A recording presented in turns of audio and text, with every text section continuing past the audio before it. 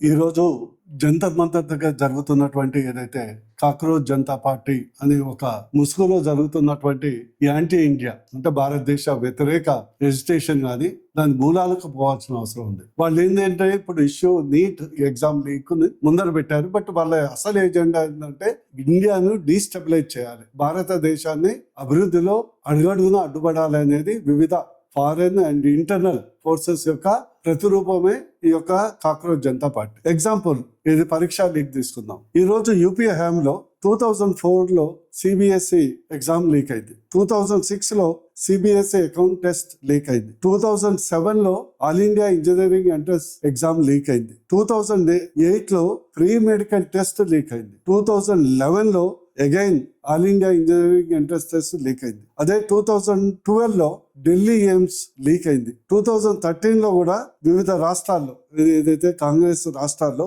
విపరీతమైనటువంటి paper leak, exam leak అయింది. ఈ లీక్ అనేది మొదటి కాదు, ఇది లాస్ట్ కాదు. విద్రోహ శక్తులు, ఒక సంకుచిత భావం ఉన్నటువంటి శక్తులు వస్తున్నాయి. ఈ రోజు నీట్ కాగానే విత్ ఇన్ 24 hours మోడీ గారు ప్రోయాక్టివ్ గా వాళ్ళని ఐడెంటిఫై చేయటం, అరెస్ట్ చేయటం, జైల్లో పెట్టడం, మళ్ళీ అద్భుతంగా ఎలాంటి అవరోధం లేకుండా నీట్ రీ ఎగ్జామ్ పెట్టడమే కాకుండా ఈ రిజల్ట్స్ కూడా డిక్లేర్ చేయడం జరిగింది. అయినా కూడా నీట్ ఎగ్జామ్ కేంద్ర మంత్రి రిజైన్ చేయాలనేది కేవలం ఒక బూచి. వాళ్ళు ఏంటంటే ఒక అరాచకం ఢిల్లీలో పార్లమెంట్ లో దేశంలో క్రియేట్ చేయడానికి ఈ రోజు ఒక అరాచక రూపంలో రాజకీయ పార్టీలు, అపోజిషన్ పార్టీలు, ఫారెన్ ఇంటెలిజెన్స్ సర్వీసెస్ ఏజెన్సీస్ అన్ని కలిసిన నాటకం. ఇకపోతే గతంలో మనం శ్రీకృష్ణ టైంలో ఎట్లయితే యమునా రివర్ ని కాళీ అనే సర్పం విషతుల్యం చేసిందో ఈ రోజు వివిధ సంస్థలు కూడా చేస్తున్నాయి. అది జిహాదీ సంస్థలు కానీ, కాశ్మీర్ సపరేటిస్ట్ సంస్థలు కానీ, ఉల్ఫా లాంటిది కానీ, లేకుంటే ఎక్స్ట్రీమిస్ట్ సంస్థలు కానీ,